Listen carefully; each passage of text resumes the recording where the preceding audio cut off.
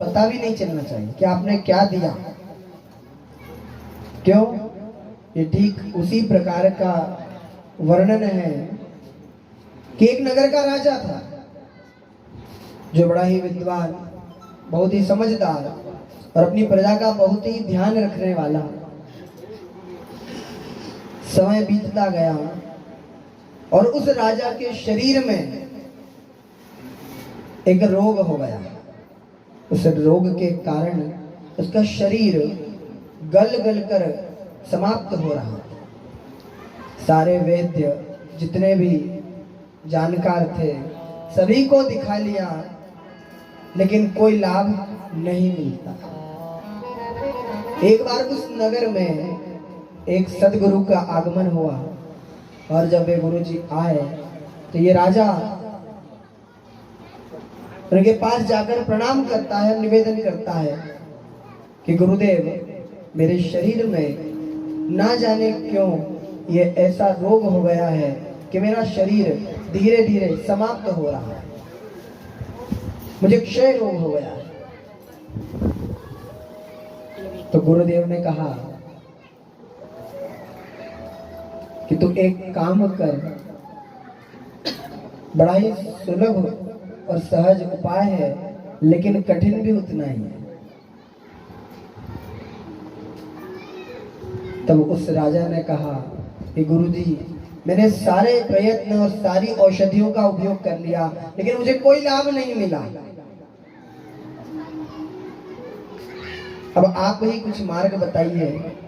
ये सुन करके गुरुजी ने कहा कि तुम एक काम करो राजा, तुम्हें एक कर्म करना पड़ेगा और वो कर्म ये है कि तुम अपने कक्ष को त्याग करके जो तुम्हारे घर में तुम्हारी जो भाभी है उनके कक्ष के द्वार पर तुम अपना बिस्तर लगाना आरंभ करो, तुम वहीं पर सो। उस राजा ने यह सुना तो बड़ा आश्चर्य हुआ कि गुरुजी ने ऐसा उपाय क्यों बताया, लेकिन उसने गुरुजी की बात को मान करके और जो बिस्तर लगाना आरंभ किया वहां सोना चालू कर दिया। अब एक नौकरानी ने कुछ समय बाद उस राजा को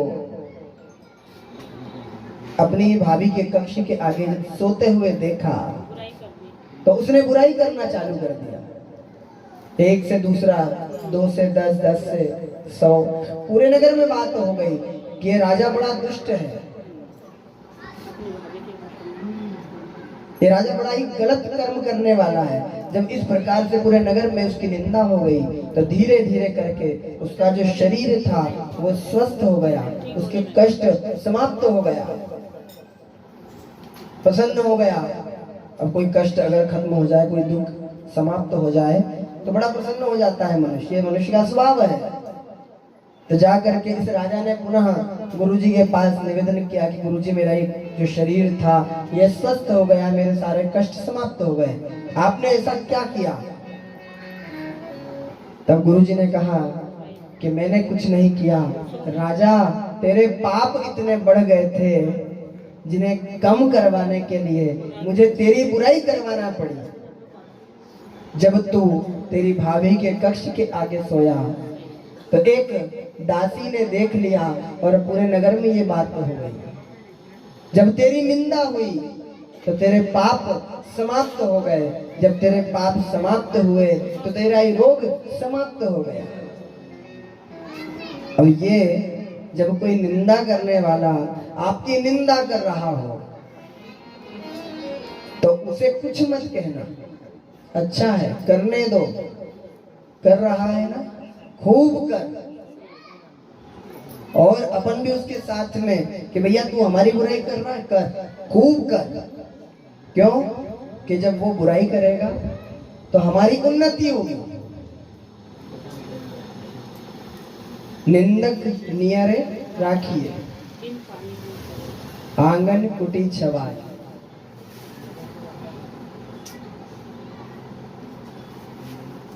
ये जो निंदा करने वाले लोग होते हैं, निंदा करें, खूब करें, लेकिन इन्हें रोकने की कोई आवश्यकता नहीं, क्योंकि जब ये निंदा करेंगे तो हमारा भला होगा। हमारे जो पाप है वो इनके द्वारा सभी में बट जाएंगे, क्योंकि अभी तक वो राजा के पास में थे सारे पाप, जो सा कर्म था वो सारा कर्म केवल और केवल राजा के पास में था। लेकिन जब उस दासी ने, उस नौकरानी ने पूरे नगर में ये बात फैला दी, तो उस राजा का पाप सभी में बट गया, सभी में डिवाइड हो गया ना। भाई एक व्यक्ति यदि कोई कह दे कि भैया ये कर्म हो रहा है, इसमें तुम्हें इतना, कोई बड़ा अमाउंट बता दिया, जैसे लाखों में कार्य हो रहा है, बड़े बड़े लोग जो हैं वो लाखों करोड़ों रुपए खर्च कर रहे हैं। अब कोई बोल दे कि भैया वहां पे तुझे 1 लाख रुपया देना है, अब तुम्हारी सामर्थ्यता नहीं है, तुम कहां से दोगे? सही है ना, मना कर दोगे। अब ये, लेकिन यदि वही 1 लाख को बोल दिया जाए कि भैया तुम जितने लोग हो सभी थोड़ा थोड़ा इकट्ठा करके और इतना जमा करना है, तो तुम क्या करोगे? आसानी से हो जाएगा, किसी एक के ऊपर भार नहीं पड़ेगा। ये ठीक उसी प्रकार से है कि जब वो अकेला राजा के ऊपर सारे पाप थे, तो उसके शरीर से गल गल करके निकल रहे थे, उसे चर्म रोग हो रहा था, वो पीड़ित था अनेक रोगों से। लेकिन जब उसके पाप सभी में बट गए, तो राजा तो सुख में हो गया, राजा को सुख की अनुभूति हो गई। लेकिन जितने लोग थे उन सभी के पाप प्रबल हो गए, क्योंकि सभी में बट गए। ये उसी प्रकार की बात है कि यदि आपने कोई अच्छा कर्म किया है तो किसी को पता भी नहीं चलना चाहिए कि आपने क्या किया, क्योंकि किया हुआ कर्म किसी को बोल दिया, किसी को बता दिया, तो वो कर्म निष्फल हो गया, व्यर्थ हो गया पूरा। और किस्मत की बात है कि ये शिव पुराण सुनने को मिल रही है, और बहुत ही सुलभता से, नहीं तो लोग करोड़ों रुपया खर्च कर रहे हैं। कई ऐसे भी हैं कि यहाँ पर भी आकर के बोले होंगे, कई लोग हैं बहुत सारे कथा करने वाले हैं, बोले होंगे कि हम कथा कर देते हैं, क्योंकि हम 4 साल हो गए ना करते हुए, बोले हम कर देते हैं। होंगे 1-2-4 तो आए ही होंगे, और संभव है कि इतने लोगों में होंगे 1-2 ऐसे भी, 1-2 ऐसे भी होंगे कि बोले इस बार अपन पंडित जी बदल देते हैं। अच्छी बात है, बदल दो।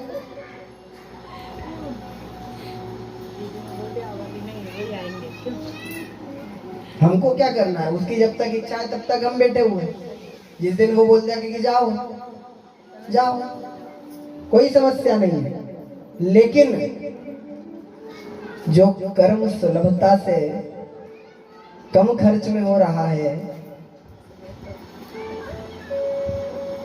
तो फिर ज्यादा क्यों खर्च करना?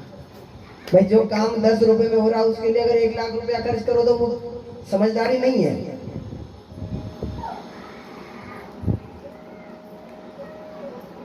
तो ये शिव महापुराण जो है, क्योंकि हमारा शुरू से केवल और केवल कथा के लिए एक ही दृष्टिकोण है कि वो चाहे यहाँ पर चाहे कहीं और, अभी तक जितनी भी कथाएं हुई उसमें, ये भैया से तो आप परिचित हैं, आप लोग सुनील जी शर्मा, अधिकांश कथाओं में ये साथ में रहते हैं। तो आप मेरे अलावा भी इनसे भी पूछ सकते हो कि मैं व्यासपीठ से जो बात बोल रहा हूँ वो सत्य है या नहीं है।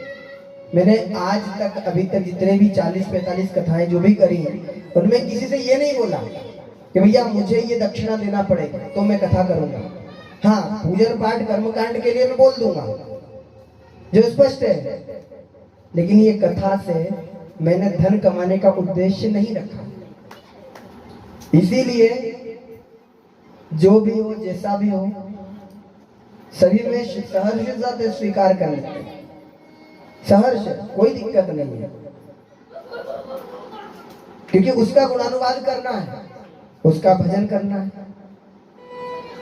जैसी व्यवस्थाएं हो, जैसी सुविधाएं हो, उसमें कार्य कर दो। सारी सुविधाओं को लेकर के तो दुनिया कर रही है, जो असुविधाओं में भी, अव्यवस्थाओं में भी जो व्यवस्थाएं बना दे वही इंसान है और वही शिव का कृपा पात्र बनता है। नहीं तो लाखों रुपया खर्च करके और सारी कथाएं तो करवाने वाले हमने भी बहुत, खंडवा में भी अभी हुई थी 3 महीने पहले, उन्होंने 5-7 लाख रुपया खर्च किया क्योंकि पूरे गांव का चंदा हुआ था और सब संपन्न थे, कोई समस्या नहीं थी। अब यहाँ पर सब अपने अपने व्यवस्थाओं से ना जाने वो कैसे कैसे पैसा इकट्ठा कर रहे हैं भगवान। क्योंकि ये जो कथा हो रही है भैया, सारी कथाएं जो होती हैं उसमें पुरुष वर्ग का भी सहयोग रहता है, लेकिन ये कथा और पिछले 4 सालों से मैं यहाँ से बहुत अच्छे से परिचित हूँ, ये तारीफ के करना बनता है इनका, इसलिए बोल रहा हूँ। ये घर पर जो कुछ जो खर्च से जो पैसा बचता है उसको इकट्ठा कर करके, वास्तविकता है ये। कोई भी ऐसा नहीं है कि बोल दे कि लाभ साहब इतना दे और कथा के लिए हमको चाहिए, क्योंकि मना कर देंगे। वो थोड़ा थोड़ा थोड़ा थोड़ा इकट्ठा कर करके, क्योंकि मालूम है कि कहीं ना कहीं सत्कर्म होगा तो उसमें लगाना है, तब जाकर के ये कथा होती है।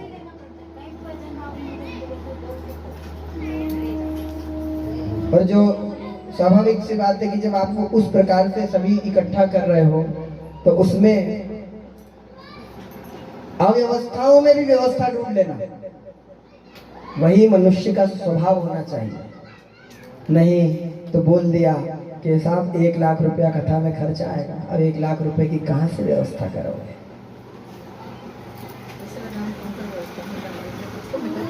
क्योंकि आनंद वही है जो सुलभता से प्राप्त हो। किसी का दिल दुखाकर, किसी को कष्ट देकर यदि आप कुछ कर्म करते हो तो वो कर्म कभी पूर्ण हो ही नहीं सकता, वो कर्म पूर्ण नहीं हो सकता। पर वही शिव है जो आनंद दे रहा है और आनंद दिला रहा है और आनंद ले रहा है। सारे भक्त बैठे आनंद ले रहे हैं, सब आनंद ही तो दे रहा है। वो बैठे बैठे यहीं पर बैठा रहता है लेकिन सबको नचाता रहता है, सभी को चलाता रहता है। प्रभाव की बात है, भावेन विद्यते देवा। अगर भाव शुद्ध हो तो कुछ भी असंभव नहीं है, कुछ भी असंभव नहीं है संसार में जो पूर्ण नहीं हो सकता। सोच लिया ये कार्य करना है, उसके लिए तुम 2 कदम बढ़ोगे तो वो तुम्हारे लिए 10 कदम चल करके कार्य बना देगा, सब कर देगा। लेकिन तुम कार्य के लिए आगे तो बढ़ो। तुम सोचो कि घर में ही बैठे रहे और सब हो जाए तो कुछ नहीं होता है। घर को त्याग करके ही आना पड़ता है, उसके बाद ही कुछ संभव होता है। वो कहते हैं ना कि मेरे मंदिर में आना तेरा काम है, तेरी बिगड़ी बनाना मेरा काम है।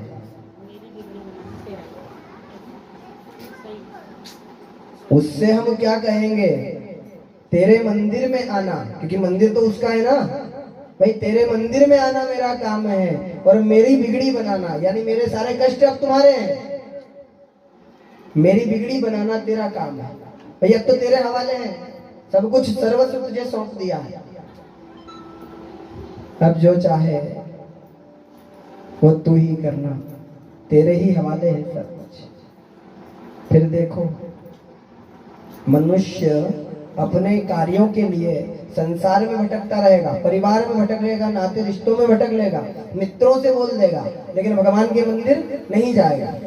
जब लेकिन सभी तरफ से हताश हो गया, सभी तरफ से परेशान हो गया, किसी ने कोई सहयोग नहीं किया, अंत में भगवान के पास गया और भगवान से जाकर के जैसे ही कहा कि भगवान मेरा ये काम नहीं हो रहा है, भगवान ने भी एक बार को तो मन में ये सोचा कि बताओ, सबसे आखिरी में मेरा नंबर आया, इसकी दृष्टि में मेरा नंबर सबसे आखिरी हो गया। जब ये सोच लेता है, लेकिन फिर भी वो परमात्मा ये सोचता है कि भले ही देर से आया, लेकिन आया तो मेरे पास में है, और फिर वो सारे कष्टों का हरण कर लेता है महाराज। लेकिन जब तक उसका भजन और उसके प्रति समर्पण नहीं रखोगे, तब तक कुछ भी संभव नहीं है। तुम सोचो कि बिना मंदिर आए, बिना उसका भजन किए सब कुछ भी, तो पता नहीं चलेगा, क्योंकि वो परमात्मा सब कुछ स्वयं ग्रहण कर लेता है। ये शिव महापुराण की कथा वर्णन करती है कि जो कोई मनुष्य भक्ति भाव से, स्थिर चित्त से इस शिव कथा का आराधन स्मरण कर लेता है, उसके जीवन में कोई दुख नहीं आ सकते। क्योंकि शिव कृपा करता है, आनंद सुख देता है, क्योंकि वो शिव सर्वस्व है। उसके द्वार पर यदि मनुष्य आता है, उसका स्मरण कर रहा है, तो सारे कष्ट, सारे दुख वो हरण कर लेता है।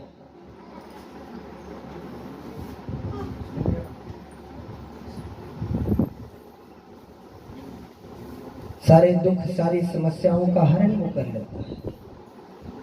तुम अगर द्वार भोले के आते रहो, काम जो भी है बिगड़े सुधर जाएंगे।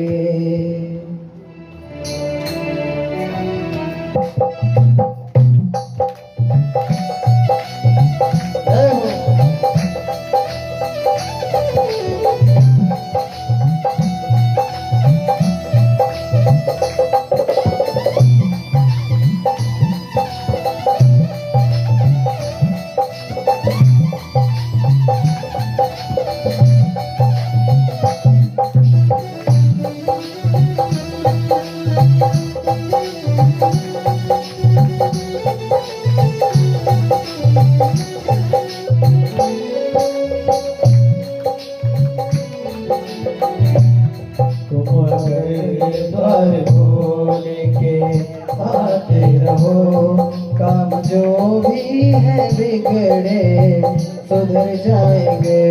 तुम अगर द्वार पर आते रहो, काम जो भी है बिगड़े सुधर जाएंगे।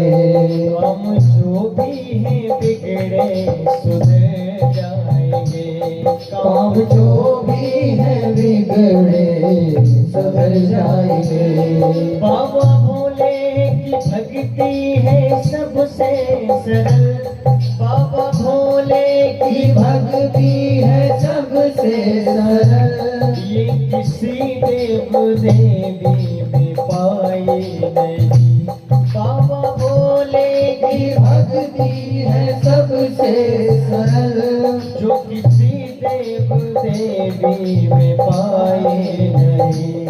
कौन ऐसा अभागा है संसार में, जिसने शिव जी की महिमा हो गाई नहीं।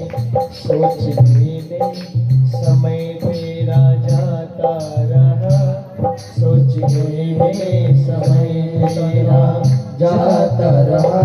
तो सुहाने ये पल भी गुजर जाएंगे। तो सुहाने ये पल भी गुजर जाएंगे। तुम अगर द्वार भोले के आगे रहो, काम जो भी है बिगड़े सुधर जाएंगे। जय हो भोले। बड़े भाव से ताली सेवा देते हुए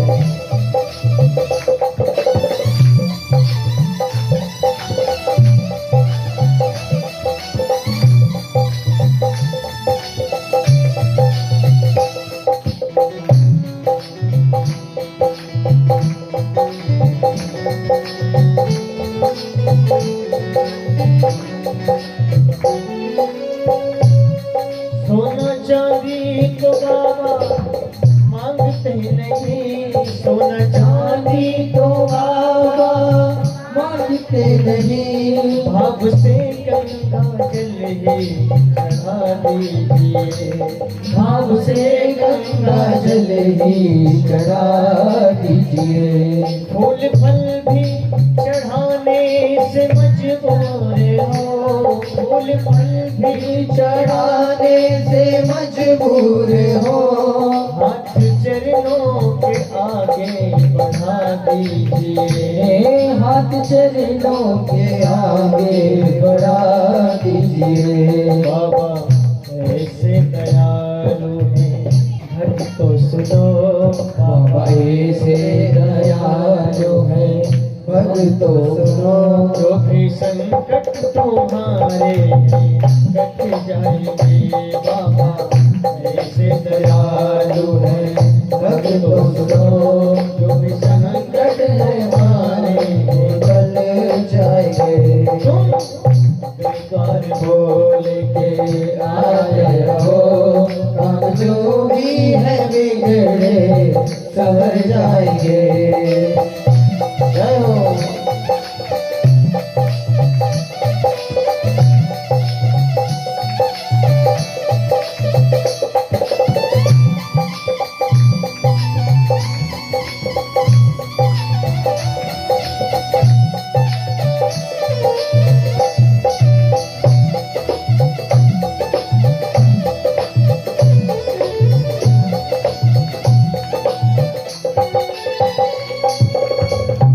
जिनके होठों पे शिव शिव का उच्चार है, जिनके होठों पे शिव शिव का उच्चार है, उनके जीवन में देखा चमत्कार है, उनके जीवन में देखा चमत्कार है। उनके चरणों में जा अब तो तेरी न कर, उनके चरणों में जा अब तो देरी न कर, वो ही दातार सच्चा मददगार है, वही दातार सच्चा मददगार और है।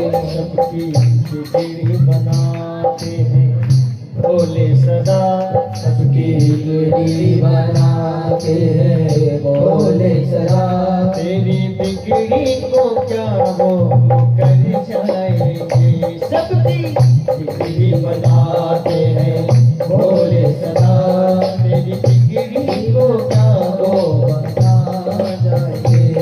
ओम नमः शिवाय, ओम नमः शिवाय, ओम नमः शिवाय, ओम नमः शिवाय, ओम नमः शिवाय, ओम नमः शिवाय, ओम नमः शिवाय, ओम नमः शिवाय। तुम अपने द्वारे भोले के आते रहो, काम जो भी है बिगड़े सुधर जाएंगे, काम जो भी है बिगड़े सुधर जाएंगे। हर हर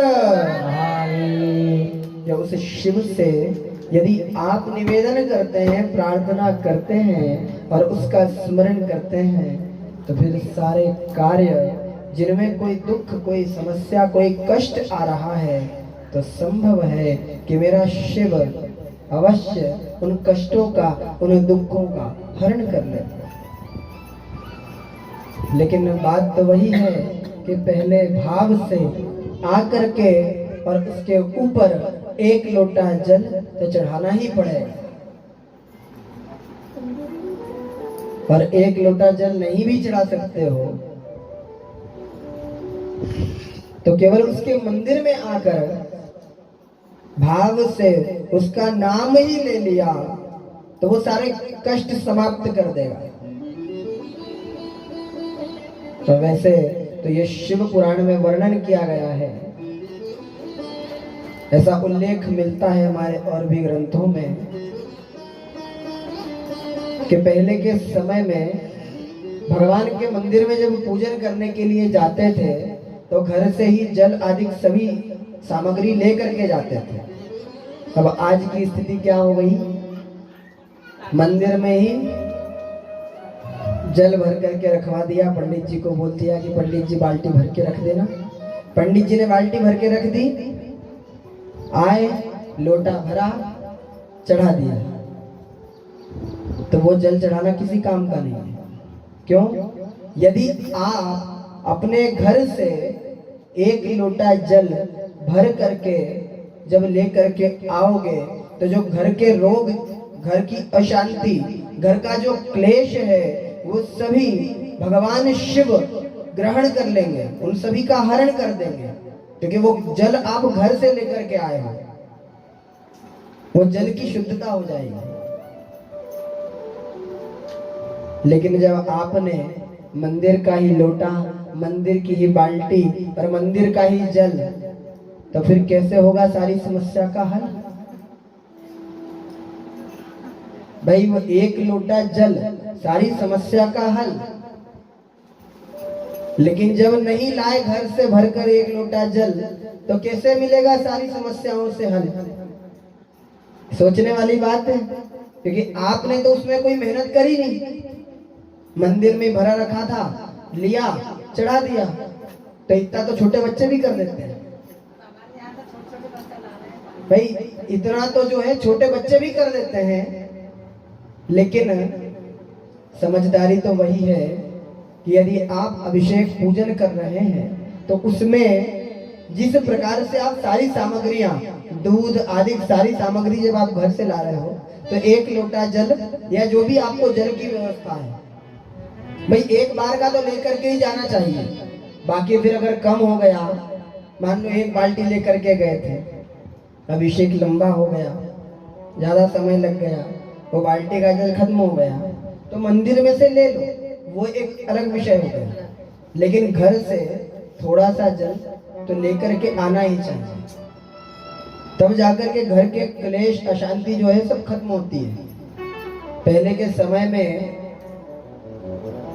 जो बुजुर्ग लोग होते थे, या पहले के जो समय के जो लोग होते थे, अभी तो जैसे जैसे ये 2001 से ये 2023 चल रहा है, इतने समय में जितना भी हो रहा है सब यही समय हो रहा है।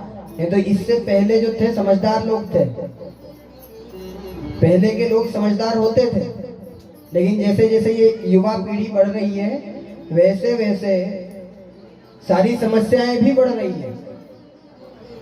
नहीं तो क्या पहले घर में कोई बुजुर्ग शांत नहीं होते थे? होते थे ना। लेकिन पहले पितृदोष क्यों नहीं होता था? ये सोचने वाली बात है। पत्रिकाएं पहले भी होती थी और आज से ज्यादा होती थी, लेकिन उस समय पर ना तो कोई पितृदोष होता था, ना कोई काल सर्प दोष होता था। क्यों नहीं होता था? क्योंकि पूजन आदि सारे कर्म में कहीं ना कहीं वो इन बातों का विशेष ध्यान रखते थे, शुद्धता का विशेष ध्यान रखते थे। और आज के समय में क्या हो गया है? पता चला, बाजार गए, इच्छा हो गई, मदिरा पान कर लिया, मांस भक्षण कर लिया, घर आए, आकर के उसी बिस्तर पर सो गए। अगले दिन स्नान किया, फिर उसी बिस्तर पर। अशुद्धता तो आपकी देह के अंदर पहले से ही है, क्योंकि आपने एक ध्यान देना। जितने भी लोग हैं या करते हो, हम ये नहीं कहेंगे कि आप करते हो कि नहीं करते हो, लेकिन हम यही कहेंगे कि जितना हो सके सुधार करो। क्योंकि कथा सुनाना और सुनना तभी सार्थक है जब आप सुन करके और अपने जीवन में उतारो। और थोड़ा सा भी यदि आपने धारण कर लिया तो ये कथा सुनना सार्थक हो गया। क्योंकि हम तो बोलेंगे, हमको जितना बोलना है हम उतना बोलेंगे, लेकिन यदि आपने 3 घंटे का समय कथा में बैठ करके दिया है और उसको ग्रहण किया है, तो उसको अपने जीवन में उतारना। ध्यान देना कि जब परिवार में कोई शांत हो गया तो उस व्यक्ति को शमशान लेकर के जाते हैं, या किसी के भी अंतिम संस्कार में गए तो वहां से आकर के सबसे पहले क्या करता है मनुष्य? स्नान करते हो ना। अब एक ध्यान देना कि जब तुम स्वाद के लालच में तुमने बैठ करके और वो अभक्षा भक्षण किया, तुमने जब मांस भक्षण कर लिया, तो वो तो तुम्हारे शरीर में घुल गया है, तो फिर उसको कैसे निकालोगे? कितना ही नहा लो, चाहे गंगा जल में 50 बार डुबकी लगा दो, क्या शरीर का खून निकाल कर फेंक सकते हो? नहीं फेंक सकते। तुमने देह तो वही अपवित्र कर ली, तो फिर क्या है? धिक्कार है ऐसे जीवन को। जो जीव बोल नहीं सकता, उस जीव को मार करके तुम स्वाद के चक्कर में और कितना निंदनीय कर्म कर डालते हो। तो ध्यान देना कि जब तुम्हारा अंतिम समय आएगा, तो जिस प्रकार से, ध्यान देना कि जो सबसे ज्यादा अवक्षा भक्षण करते हैं, अत्यधिक तड़पते वही लोग हैं। देख लेना उनका अंतिम समय। जैसे वो जीव अंतिम समय में जब उसके ऊपर प्रहार किया जाता है और वो तड़पता है, छटपटाता है, उसी प्रकार से उस मनुष्य के प्राण उसकी देह को त्यागते नहीं है और वो छटपटाता रहता है, तड़पता रहता है, क्योंकि तूने उस निर्जीव जो प्राणी है, जो बोल नहीं सकता, उसके दुख वो बता नहीं सकता, तूने उसको मार करके खाया है। तो अब तू भी तड़पता रहता है वो जीव। तो कई लोग बोलते हैं ना कि वो तो उनके प्राण तो ऐसे निकले हैं साहब। अब ऐसे क्या निकले? उनने किया है कर्म, क्योंकि कर्म दंड हर व्यक्ति को भोगना पड़ता है। कलयुग का ये प्रभाव है कि यही कर यही भर, अलग से कुछ नहीं दिखेगा। ना किसी ने स्वर्ग देखा, ना किसी ने नरक देखा, यही सब है। तुम यदि जीवन में सारे सुखों का उपभोग सहजता से कर रहे हो, कोई कष्ट नहीं है, लोगों की सेवा तुम कर रहे हो, दान तुम कर रहे हो, सत्कर्म तुम कर रहे हो, तुम्हारे पास किसी सामग्री का कोई अभाव नहीं है, तुम्हारे मन में कपट नहीं है, छल नहीं है, कोई द्वेष नहीं है, सभी से प्रेम है, तो ध्यान रखना यही स्वर्ग है। और यदि तुमने अपने जीवन में चाहे कितना ही धन हो, कितनी ही संपत्ति तुम कमा लो, लेकिन यदि तुमने उस संपत्ति का उपभोग नहीं कर पाए, सभी के प्रति द्वेष भावना तुम्हारे मन में है, अपशब्द कहना तुम्हारे दिनचर्या में है, परिवार में तुम्हारा प्रेम नहीं है, तो यही तुम्हारे लिए नरक हो गया। अगर तुमने अच्छे कर्म कर लिए, भला कर दिया, लोगों के साथ में प्रेम पूरित रह रहे हो, तो यही तुम्हारा स्वर्ग है। क्योंकि मरने के बाद में चाहे वो कोई भी पुराण हो, क्यों? जाने के बाद में व्यक्ति वापस आते हुए किसी को देखा क्या? नहीं देखा। या किसी ने आकर के बताया कि भैया नरक ऐसा होता है? पुराने समय में जो ऋषि मुनि संत साधक उपासक थे, वो इतना भजन करते थे, लेकिन फिर भी उनको नरक का दर्शन करना पड़ा। और उस नरक का दर्शन करने के बाद उन्होंने ग्रंथों में लिखा है। तो वो संत थे, तपस्वी थे, उन्होंने हजारों वर्षों तक तपस्या की थी। हमारे इतने पुण्य और इतने कर्म अच्छे नहीं हैं कि हम जा करके वापस आ जाएं। इसलिए अपने जीवन को यही सुधार लो। और यदि कथा सुन करके अपने जीवन को थोड़ा सा भी सुधार लिया, तो ध्यान रखना कि वो परमात्मा की कृपा तुम्हारे ऊपर अवश्य होगी।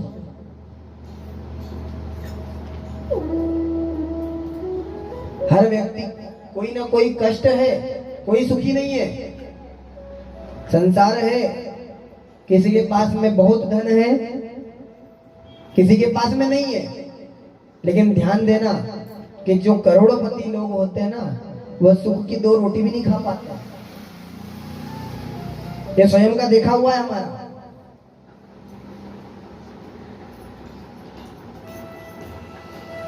बंगलों में रहते हैं,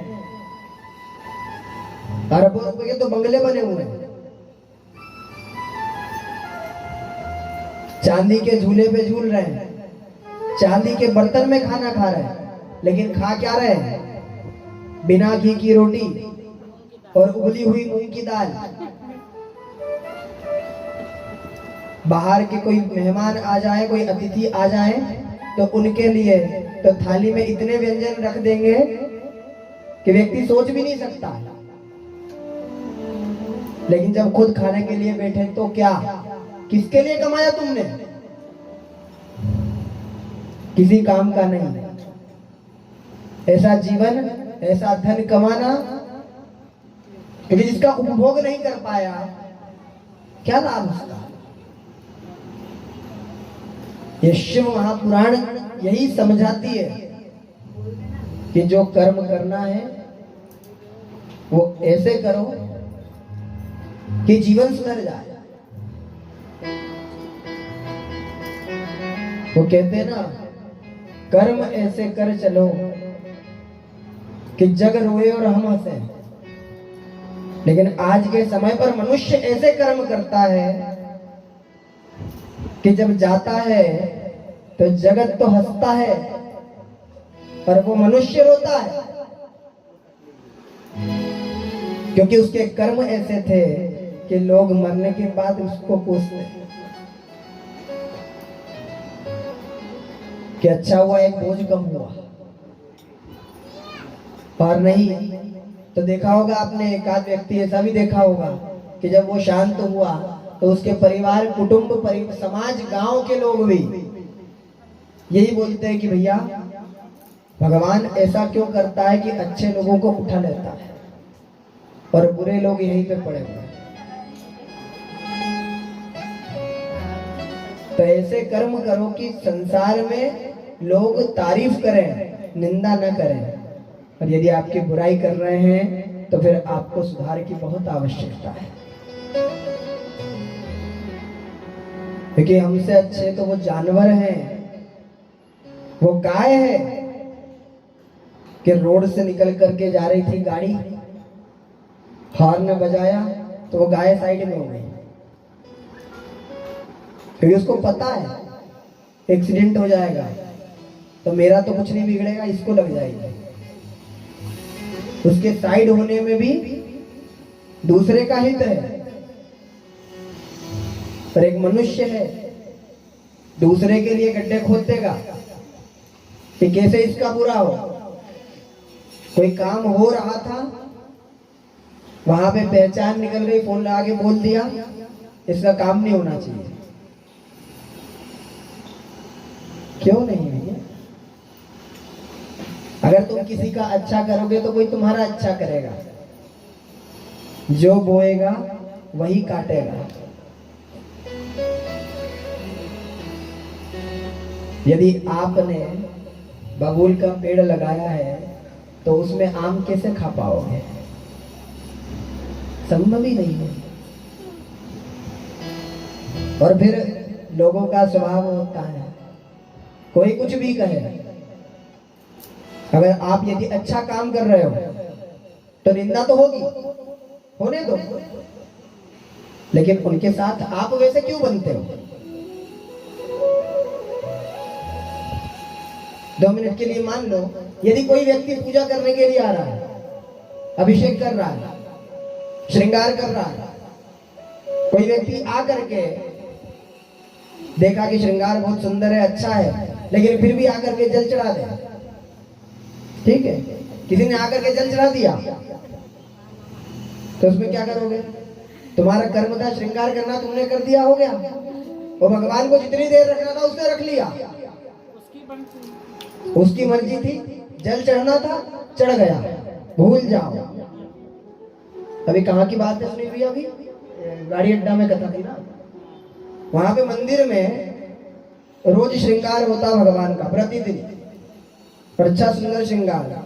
जो वहाँ के ब्राह्मण देवता पंडित जी जो थे, वो बहुत अच्छा श्रृंगार आदि करने की व्यवस्था उन्हें श्रावण में पूरे 2 महीने व्यवस्था कर रखी है।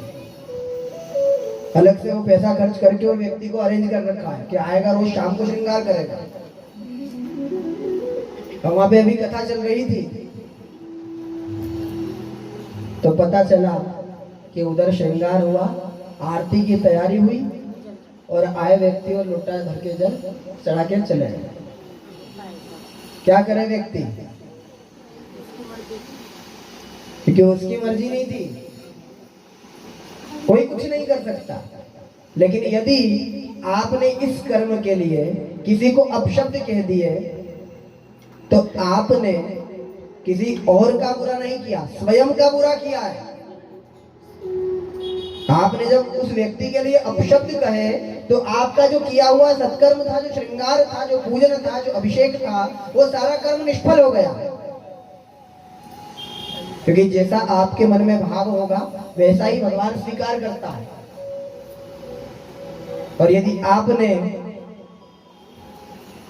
उसके लिए सोच लिया कि मैंने जो किया था वो उसको समर्पण हो गया, और जैसे पूजन कर्म करते हैं ना, और हाथ में जब आखिरी हो जाता है तो जब पूजन के आरती आदि सारे कर्म हो गए उसके बाद में हाथ में जल लेकर के जल छोड़ते हैं, अर्पण वस्तु।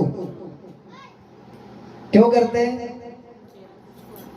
भाई? ये सारा जो कर्म था वो तेरा था, हम तुझे ही अर्पण करते हैं। अब जब तेरा था तुझे अर्पण कर दिया, उसके बाद में उसके बारे में बोलना भी गलत है, फिर क्या लाभ? मनुष्य जीवन में आए हो तो जितना हो सके अच्छा करो। क्योंकि यदि आपने किसी को अपशब्द कहे हैं तो वो घूम करके कहीं ना कहीं लौट करके वापस आपके पास में ही आएंगे, चाहे माध्यम कोई और बने। जो आपने बोला है लौट करके एक न एक दिन आपके पास वापस आता ही, किसी भी रूप में कहीं से भी आए, पर आएगा अवश्य। इसीलिए जितना हो सके अपने कर्म को सुधार लो, और कर्म को सुधारने के लिए ज्यादा कुछ नहीं करना है, अपने मन के ऊपर संयम रखना है, बस केवल मात्र इतना सा करना है। किसी को अपशब्द बोलने से पहले ये सोच लो कि हम बोलेंगे तो इसका कुछ नहीं जाएगा, हमारा मुंह गंदा हो जाएगा। यदि इतना सा सोच लोगे सारी बीमारियां ही खत्म हो जाएगी, सारी समस्याएं समाप्त हो जाएंगी। क्योंकि आप एक बार नहीं बोलोगे, 2 बार नहीं बोलोगे, 3 बार नहीं बोलोगे, 4थी बार में सामने वाले को शर्म आ जाएगी। बताओ, मैं तो इसके लिए इतना सब कुछ बोल रहा हूँ लेकिन ये मुझे कुछ भी नहीं बोल रहा है।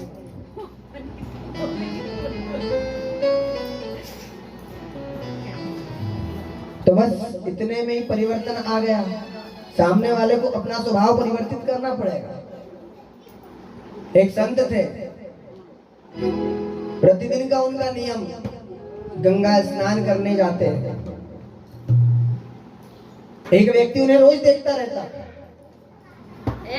कि संत स्नान करने के लिए जा रहे हैं, रोज का यही कर्म देखता है। तो एक बार वो संत का अपमान करने के उद्देश्य से पास में ही एक वृक्ष था, उस वृक्ष के ऊपर चढ़ करके बैठ गया। संत गए स्नान करने के लिए, और स्नान करके जैसे ही गंगा जी में स्नान करके लौट करके आए तो उस व्यक्ति ने उस संत के ऊपर थूक दिया, जो मुंह में जल भरा हुआ था उसे कुल्ला करके थूक दिया। संत ने कुछ नहीं कहा, फिर लौट करके चले गए, वापस डुबकी लगा करके फिर आ गए। ऐसा एक बार नहीं, 108 बार ऐसा कर्म हुआ। अंतिम बार में जब वो संत स्नान करके लौटे तो उस व्यक्ति का हृदय परिवर्तन हो गया था। व्यक्ति उतर करके आता है और संत के चरणों में गिर पड़ा और कहता है कि भगवान, मुझसे बड़ा अपराध हुआ, मैंने बहुत बड़ा पाप कर दिया, मैंने आपके ऊपर इतनी बार थूका, इतनी बार मैंने आपका अपमान किया, लेकिन आप कुछ नहीं बोले। तो संत ने क्या जवाब दिया? कह रहे भैया, रोज तो मैं गंगा स्नान मात्र एक बार करता था, लेकिन आज तेरे कारण 108 बार मैंने डुबकी लगा ली। अब कहा तो यदि वो उस संत की बात को ध्यान दो कि यदि चाहते तो संत एक बार, दो बार, तीन बार, चौथी बार में उसे अपशब्द कह सकते थे, लेकिन संत में और उस मनुष्य में क्या अंतर है? तो बनाना है तो अपने मन को संत के जैसा संयमी बनाओ। यदि आपने क्रोध को ही त्याग दिया तो फिर ध्यान रखना कि कोई कष्ट, ये जितना बुराई आपकी हो रही होगी वो सब समाप्त हो जाएगी। लेकिन मात्र करना क्या है कि उस क्रोध को समाप्त करना है, क्योंकि शास्त्र कहता है क्रोध पाप का मूल है।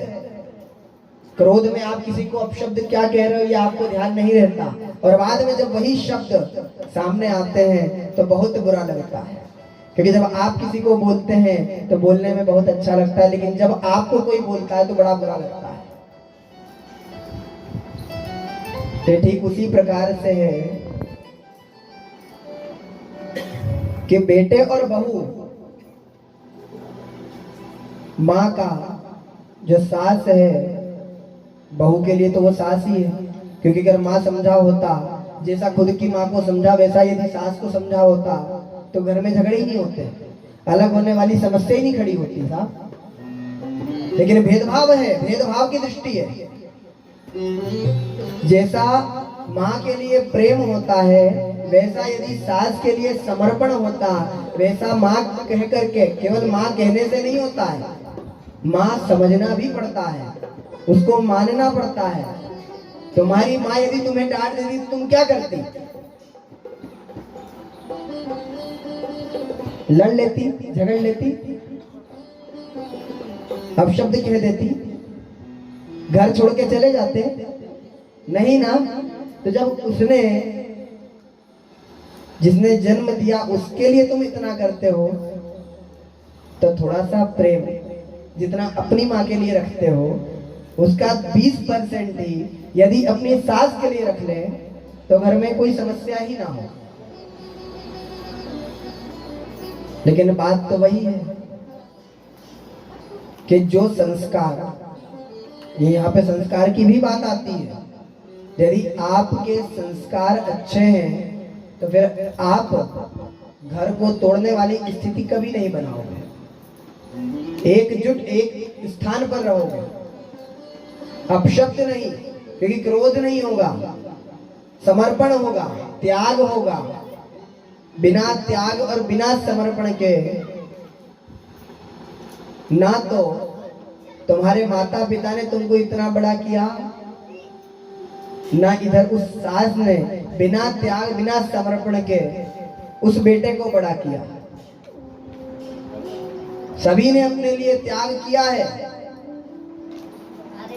और तुमने यदि अपने सास अपनी माँ का अपमान किया है तो ध्यान रखना कि जब तुम्हारे घर में तुम्हारी बहू, तुम्हारे बेटे की बहू आएगी तो वो भी तुम्हारे साथ में वही कर्म करेगी, और उस समय तुम्हें ये सारी बातें दिखेंगी, ये सारी बातें रियलाइज होंगी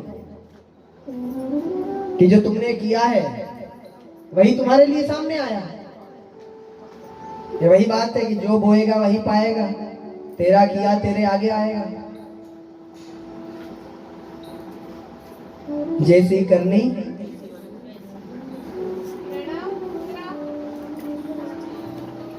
जो अभी तक हो गया उसे अब सुधार लेना, वही मनुष्य है। ये केरी सुधारूंगी। अच्छा है ना, कम से कम शिव के दरबार में बोल तो रहे हैं।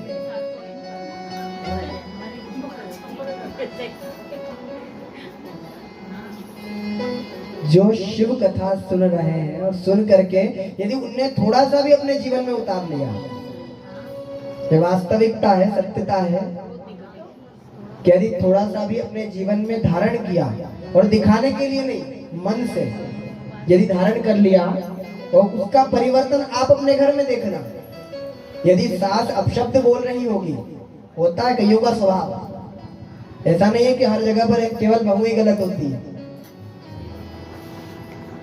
लेकिन यदि आपने अपनी जिह्वा के ऊपर, अपने क्रोध के ऊपर संयम रख लिया तो उस सास को भी ये सोचना पड़ जाएगा कि मेरी बहू ने बोलना बंद कर दिया, यानी शिव पुराण में गई थी, सुधर गई है।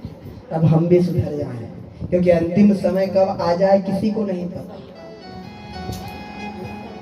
तो वही जीवन है और वही शिव पुराण की सार्थकता है। किसी भी कथा की सार्थकता तभी होगी, अभी जैसे शिव पुराण में 24,000 श्लोक है, उन 24,000 श्लोकों का एक अक्षर भी मनुष्य याद नहीं रख सकता, लेकिन जब उनको कथा के रूप में आपको सुनाया तो पूरी कथा भले ही याद रहे न रहे, लेकिन उस कथा में कुछ बातें ऐसी रहती हैं जो मनुष्य ध्यान रख सकता है। चिंतन, मनन और स्मरण, कथा को सुनना ही मात्र केवल कारण नहीं है। जब आप कथा को सुनोगे, उस कथा को चिंतन करोगे, मनन करोगे, तो अपने आप वो कथा आपके जीवन को संवारेगी। क्योंकि जब आप उस कथा को बार बार सोचोगे तो गलत कार्य को करने की आपकी इच्छाएं समाप्त हो जाएंगी, अपशब्द कहने की इच्छाएं खत्म हो जाएंगी। आगे जो चरित्र वर्णन किया गया है शिव महापुराण में, कि एक बिंदुक नाम का ब्राह्मण था। अब देखना, ब्राह्मण की कथा है।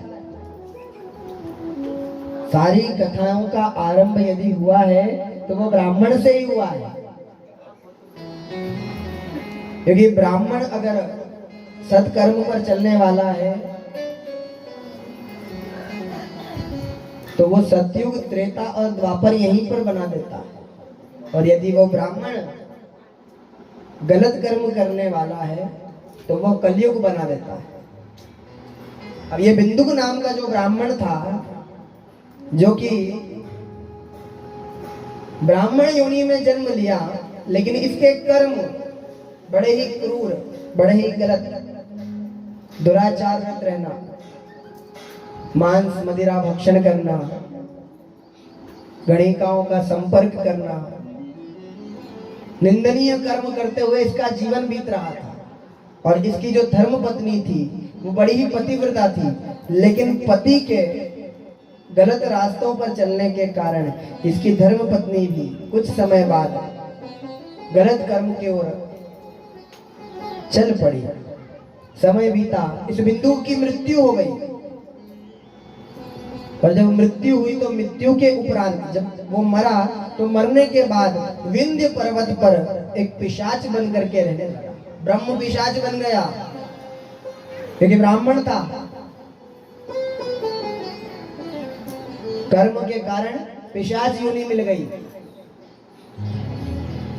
जीवन समाप्त हो गया। क्या रहा? ब्राह्मण का जन्म मिला था, अगर अच्छे कर्म किए होते तो संसार में पूजा जाता, लेकिन गलत मार्ग पर चला, पिशाच की योनि प्राप्त हो गई। समय बीता, उस नगर में जहां पर यह बिंदुक रहता था और इसी की धर्मपत्नी जिसका नाम चंचुला था, नगर के लोगों ने विचार किया कि हम कहीं घूमने के लिए चलते हैं, कहीं तीर्थ स्थल जाते हैं। ये विचार करके और सभी ने एकत्रित होकर के जाने का जब तय किया तो इस चंचुला के पड़ोसियों ने इससे भी पूछ लिया कि तू भी चल दे, जब तेरा पति नहीं रहा तो तू क्या करेगी अकेले, चल। इसको भी साथ में ले जाने के लिए कहा तो इसने मना कर दिया कि नहीं, मैं नहीं जाऊंगा। अब देखो, ये सत्कर्म करने वाले जीव ऐसे नहीं होते हैं। जो अच्छे कर्म, सत्कर्म करने वाले व्यक्ति होते हैं, जो कभी अच्छे कामों के लिए कहीं जाने के लिए, धार्मिक स्थलों पर जाने के लिए कभी मना नहीं करेंगे। और इस चंचुला ने जब मना किया तो इसी की एक सहेली ने, जो इसकी पड़ोसन थी, उसने इससे कहा कि सुना है कि ये लोग जहां घूमने के लिए जा रहे हैं, वाराणसी घूमने के लिए जा रहे हैं, और वहां पर साड़ियां बड़ी सुंदर मिलती हैं। उसने साड़ी के चक्कर में शॉपिंग, आज का समय जो है ना, वो घर में खाना बने चाहे नहीं बने, लेकिन पर्स उठा के शॉपिंग करने जरूर जाना है।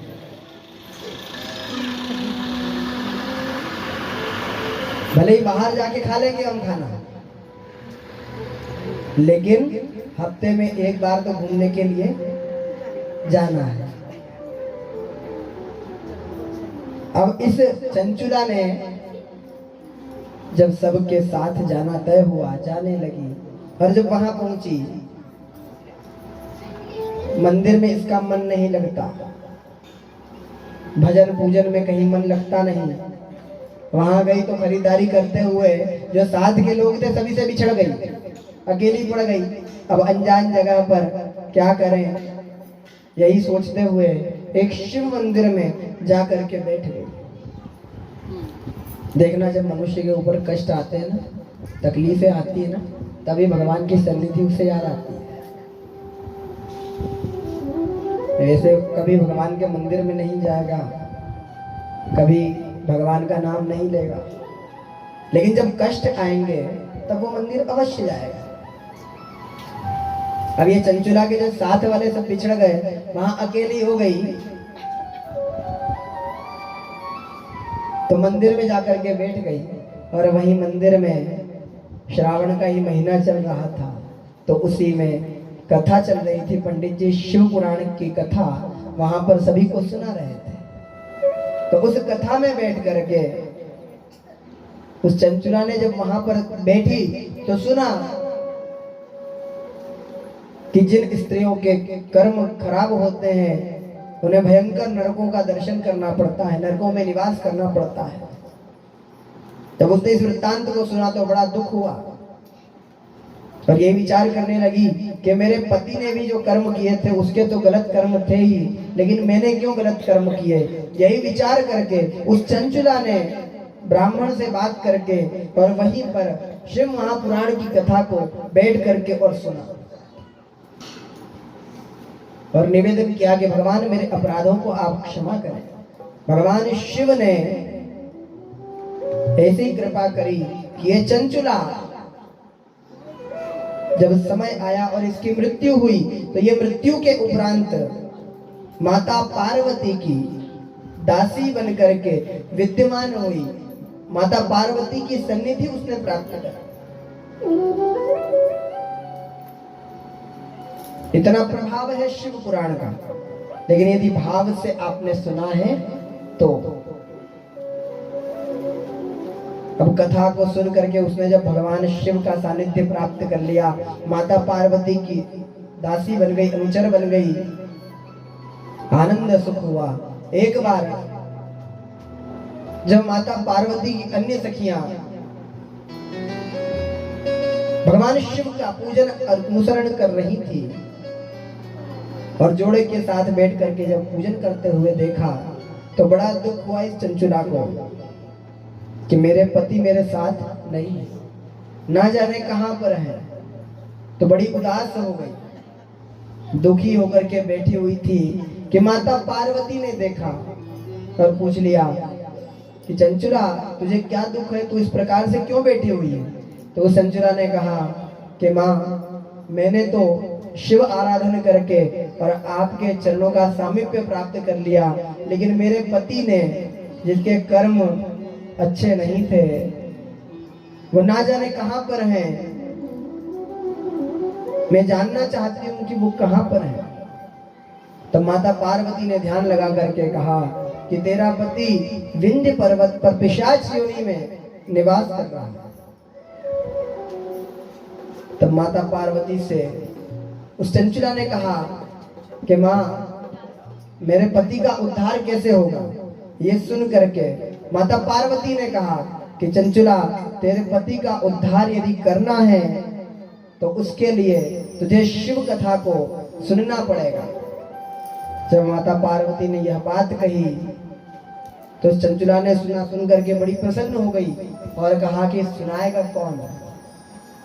तब माता पार्वती ने नारद जी के समान दिखने वाले तुम्बरुका जी को आवाहित किया, तुम्बरुका जी को बुलाया, जिनका शरीर, जिनका वाद्य यंत्र, पूरा शरीर देवर्षि नारद के जैसा है, लेकिन जो मुख है वो घोड़े का है। तुम्रुका जी का मुख घोड़े का है। तुम्रुका जी को जब बुलाया, शिव पुराण सुनाने के लिए आग्रह किया, तो तुम्रुका जी ने कहा कि देवी माँ, मैं कथा तो सुना दूंगा, लेकिन कथा के यजमान बनने के लिए कोई जोड़ा हो, सपत्नीक कथा को सुना जा सकता है। अकेली वैधव्य स्त्री को मैं ये कथा नहीं सुना पाऊंगा। जैसे ही ये सुना, चंचला बड़ी उदास हो गई, दुखी हो गई। माता पार्वती ने कहा कि चंचला, तुम भगवान शिव का आराधन करो और भगवान शिव से ही निवेदन करो, भगवान शिव ही तुम्हारी मनोकामना पूर्ण करेंगे। तब चंचला ने भगवान शिव का ध्यान किया, प्रार्थना करी, भगवान का पूजन किया और निवेदन किया कि भगवान, आप मेरी इस कथा को सार्थक करने के लिए कथा के यजमान बने। तब भगवान शिव माता पार्वती के मानसिक आग्रह को देख करके, क्योंकि माता पार्वती ने भी निवेदन किया था भगवान शिव कि आप इस चंचला की सहायता करो। भगवान शिव ने उस कथा के यजमान बनना स्वीकार किया। भगवान शिव और माता पार्वती ने बड़ा ही सुंदर श्रृंगार किया। माता पार्वती ने जो 16 श्रृंगार किए थे, वे नारी जाति के लिए 16 श्रृंगार हुए। और जो भगवान शिव ने 16 श्रृंगार किए थे, यज्ञोपवीत आदि जितने भी संस्कार भगवान ने धारण किए थे, वे सारे 16 संस्कार मनुष्य के लिए निर्धारित किए गए। जन्म से लेकर मृत्यु तक 16 संस्कार होते हैं। उपनयन संस्कार, कर्ण छेदन संस्कार, नामकरण संस्कार, पुंसवन संस्कार, जात कर्म, चूड़ाकरण, ऐसे 16 प्रकार के संस्कार कहे गए। भगवान शिव और माता पार्वती ने उस चंचला की सहायता के लिए उस शिव कथा को श्रवण किया। और कथा सुन करके जब उस कथा का फल उस चंचला के पति को, जो पिशाच योनि में बिंदुक नाम का जो ब्राह्मण पड़ा हुआ था, उसे प्रदान किया, भगवान शिव की कृपा से यह बिंदुक पिशाच योनि को छोड़ करके भगवान शिव के धाम को प्राप्त कर लेता, भगवान शिव का सामीप्य प्राप्त कर लेता।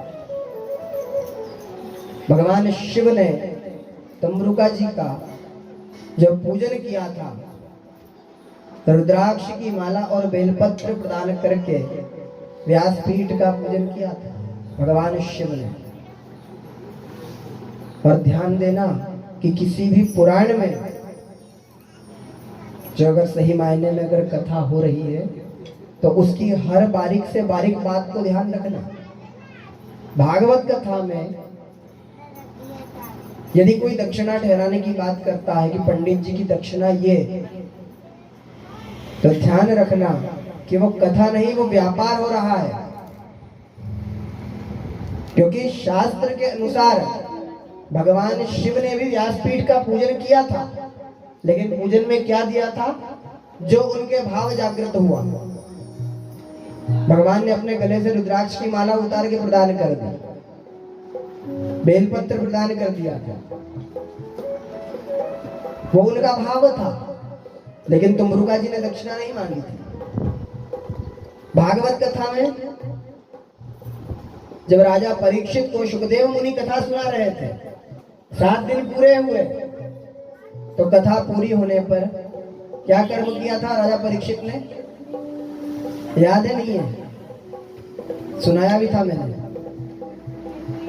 सुखदेव जी ने राजा परीक्षित से निवेदन किया था कि राजन, आपने सारा राज्य, सारा सुख त्याग करके आप इस शुभताल की भूमि पर जो कथा सुन रहे हो, तो कथा के बाद दान करने का कुछ विधान कहा गया है।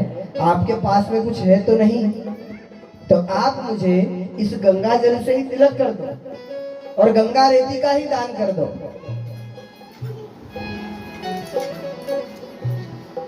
क्योंकि जो आपके पास उपलब्ध होगा वही आप दे पाओगे। अब आज का समय है, कोई भी व्यक्ति है तो सोचता है कि भाई व्यासपीठ पर बैठ करके इतना करा है तो कुछ तो करना पड़ेगा। लेकिन इसका मतलब ये नहीं होता कि पहले से ही ठहरा लो कि नहीं हमको तो इतना लगेगा। पर यहाँ पर भी इतना समय हो गया है, अभी तक नहीं ठहराया है। और महादेव की कृपा से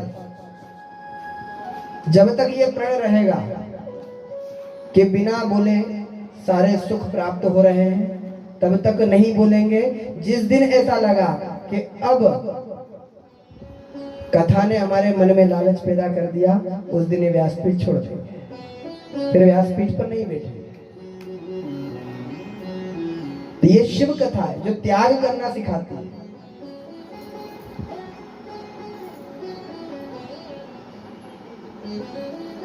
और ये शिव है जो कृपा करता है। आज तक किसी से उसने बोलने दिया नहीं, किसी के आगे हाथ फैलाने दिया नहीं, तो उसके ऊपर इतना भरोसा है कि वो किसी के आगे हाथ फैलाने देगा भी नहीं। ये चंचुला ने जो भगवान शिव की इस दिव्य कथा को अपने पति के लिए सुना था, सारे जितने कुकृत्य थे वो सभी समाप्त हो गए। क्योंकि भगवान शिव की एक कथा यदि कोई मनुष्य सुन लेता है तो उसके सारे पाप ताप संताप सभी जल करके भस्म हो जाते हैं।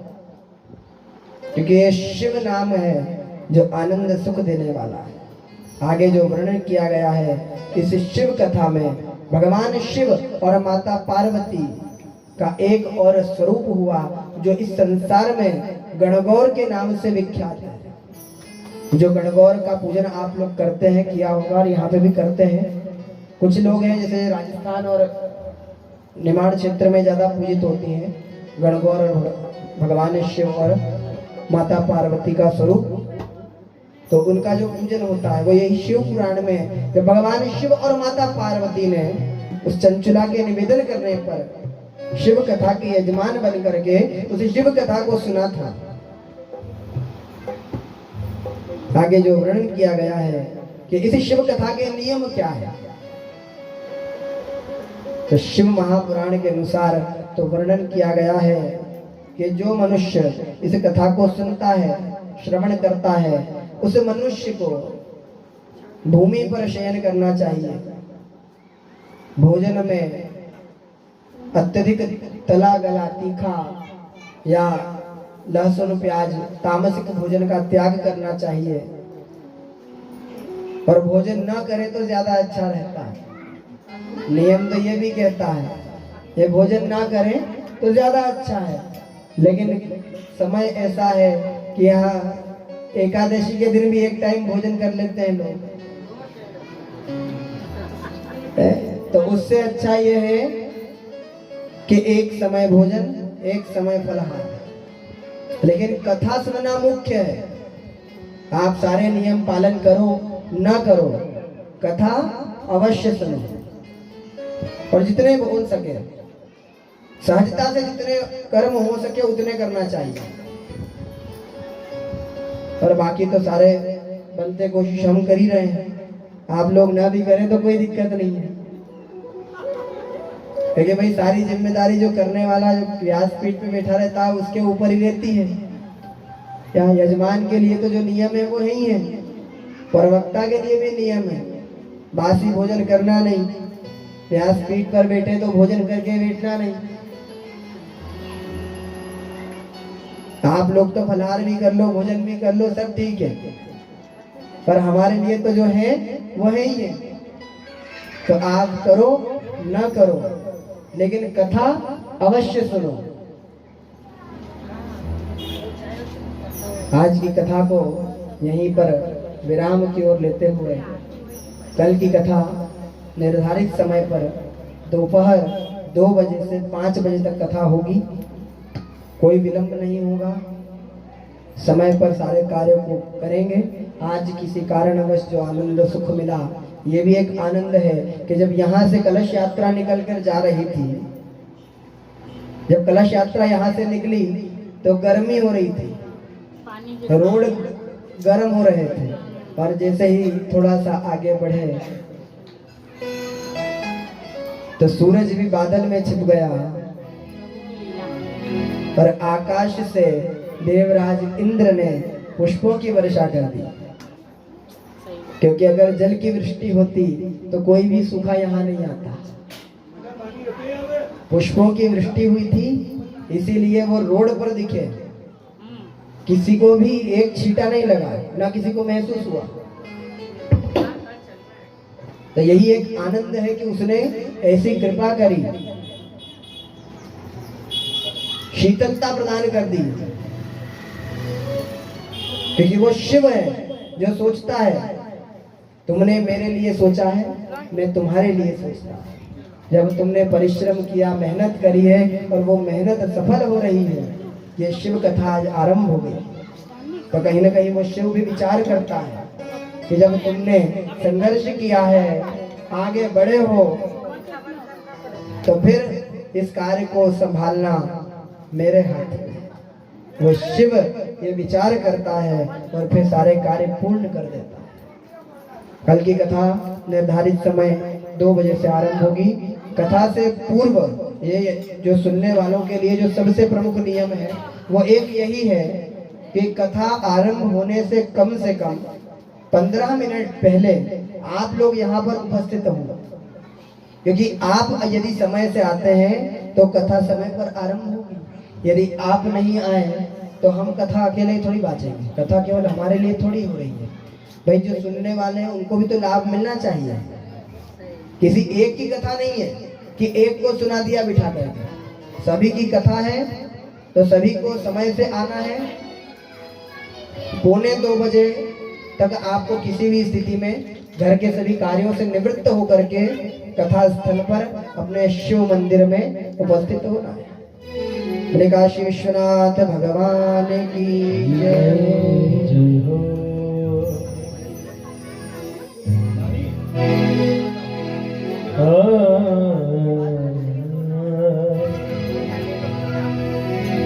मनुष्य जन्म अनमोल रे, इसे मिट्टी में न रोल रे, क्योंकि अब तो मिला है फिर न मिलेगा, कभी नहीं कभी नहीं कभी नहीं रे।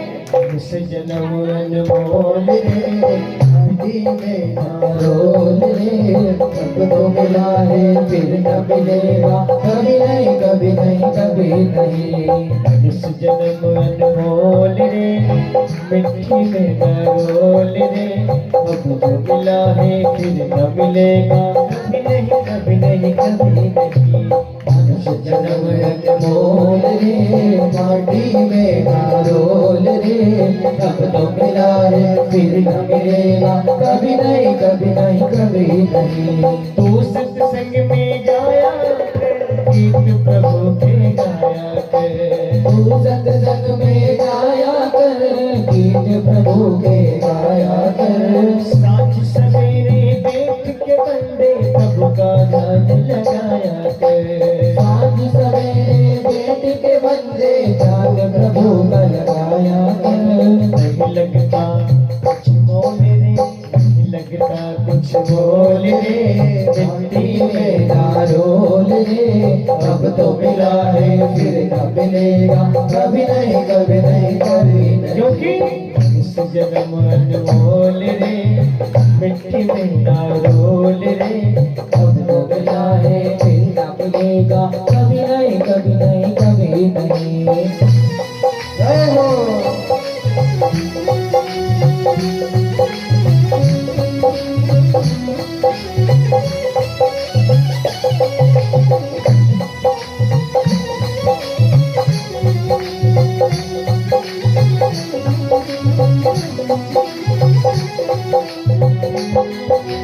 तू बुध बुधा है पानी का, मत कर गर्भ जवानी का।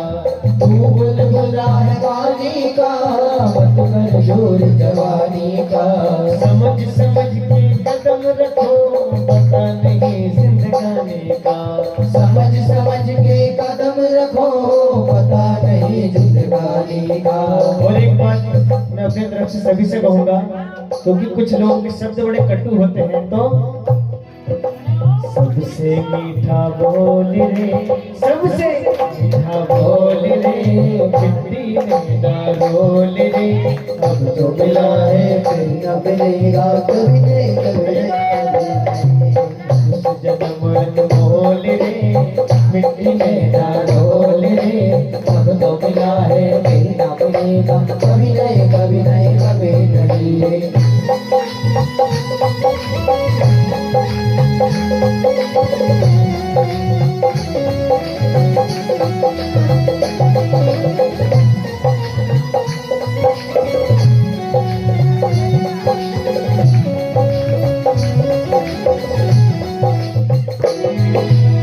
मतलब का संसार है, इसका क्या एतबार है। मतलब का संसार है, इसका नहीं एतबार है। मतलब का संसार है, इसका क्या एतबार है। मतलब का संसार है, इसका क्या एतबार है। अरे संभल संभल कर कदम रखो, भूल नहीं अंगार है। संभल संभल के कदम रखो, भूल नहीं अंगार है। ओ संभल संभल कर कदम रखो, भूल नहीं अंगार है। संभल संभल के कदम रखो, भूल नहीं अंगार है। मन की आंखें, मन की आंखें, मन की आंखें खोल रे, मिट्टी में न रोल रे, अब तो मिला है फिर न मिलेगा कभी नहीं कभी नहीं कभी नहीं। जन्म अनमोल रे, माटी में न रोल रे, अब तो मिला है फिर न मिलेगा कभी नहीं कभी नहीं कभी नहीं। किस किस को लगता है कि हमें मनुष्य जन्म फिर मिलेगा? लगता है किसी को? मतलब भरोसा ही नहीं, हमारे भजन में भरोसा नहीं, ऐसा नहीं है। यदि ये 7 दिनों तक भी आपने भाव से या ताली बजा के नृत्य कर लिया तो ही शायद। हाँ, इस जन्म अनमोल रे, रोल रे, तो मिला है फिर मिलेगा कभी नहीं कभी नहीं कभी नहीं। इस जन्म अनमोल रे, रोल रे, अब तो मिला है फिर न मिलेगा कभी नहीं कभी नहीं कभी नहीं। इस जन्म अनमोल रे, रोल रे, अब तो मिला है फिर न मिलेगा कभी नहीं कभी नहीं कभी। हर हर महादेव। आरती की तैयारी, आरती आरंभ करेंगे।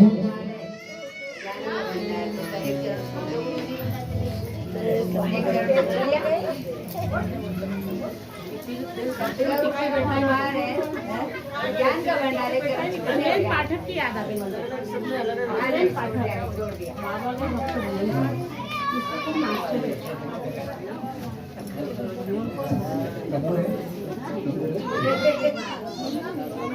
हरिओम।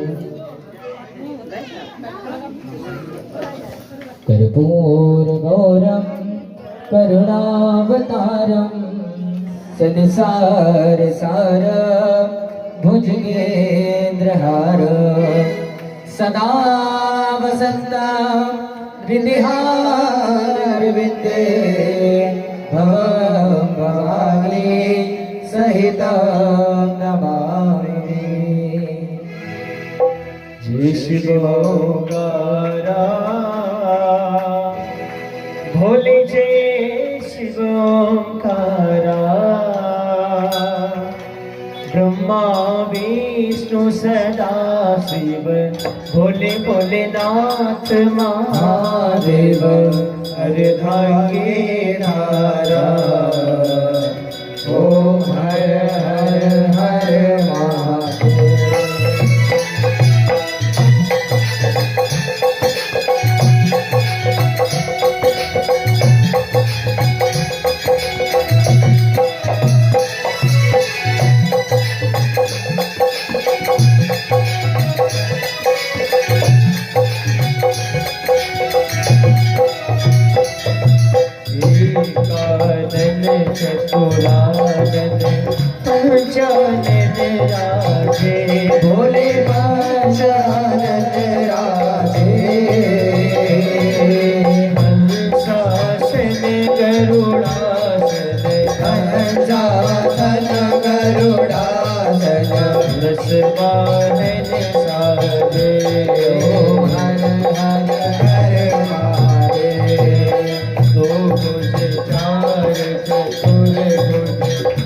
भुज अति सोहे, भोले रस भुज अति सोहे, तीनों रूप निरखता, भोला जी को रूप निरखता, त्रिभुवन जन मोहे, ओम हर हर हर महादेव। अक्षमाला वनमाला उदमाला धारी, हो भोले उदमाला धारी, चंदन मृगमत सोहे, चंदन मृगमत सोहे, भवनी शशि भारी, हर हर हर महादेव। श्वेतांबर पीतांबर बाघांबर अंगे, भोले बागंबर अंगे, सनकादिक गरुड़ादिक, सनकादिक ब्रह्मादिक, भूतादिक संगे, ओम हर हर हर महादेव। करके मधिक मंडल छत्र त्रिशूल धरता, भोले डमरू त्रिशूल धरता, सुख करता दुख हरता, जग करता जग हरता, सुख संपत्ति दाता, ओम हर हर हर महादेव।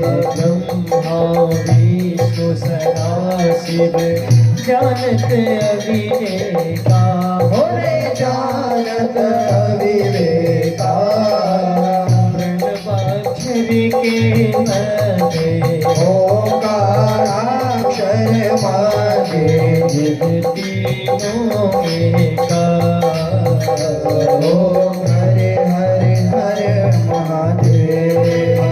काशी में विश्वनाथ विराजे, नंदी ब्रह्मचारी, भोले नंदी ब्रह्मचारी, नित उठ दर्शन पावत रुचि रुचि भोग लगावत, महिमा तिहारी, ओम हर हर हर महादेव। मुझे गुण स्वामी जी की आरती जो कोई नर गावे, भोले पे कोई नर गावे, कहत शिवानंद स्वामी, जपत हरा हर स्वामी, मनवांछित फल पावे, ओम हर हर हर महादेव। शिव ओंकारा, भोले हर मेरा ओंकार,